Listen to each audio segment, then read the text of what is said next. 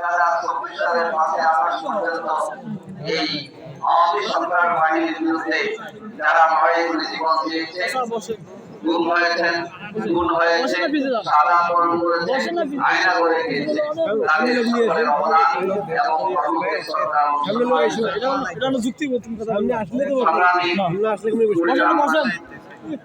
এই কুড়িগ্রামের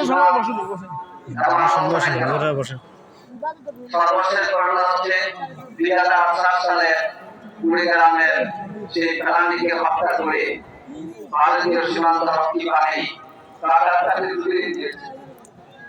বাংলাদেশের সার্বভৌমত্বকে তারা ধর্ষণের মুখোমুখি করেছে, জীবন দিয়েছে কুড়িগ্রামের ফেলানি, আর সারা বিশ্বের কাছে কুড়িগ্রাম নন্দিত হয়েছে। যে ফেলানির জীবন বাংলাদেশের সার্বভৌমত্বের প্রতীক।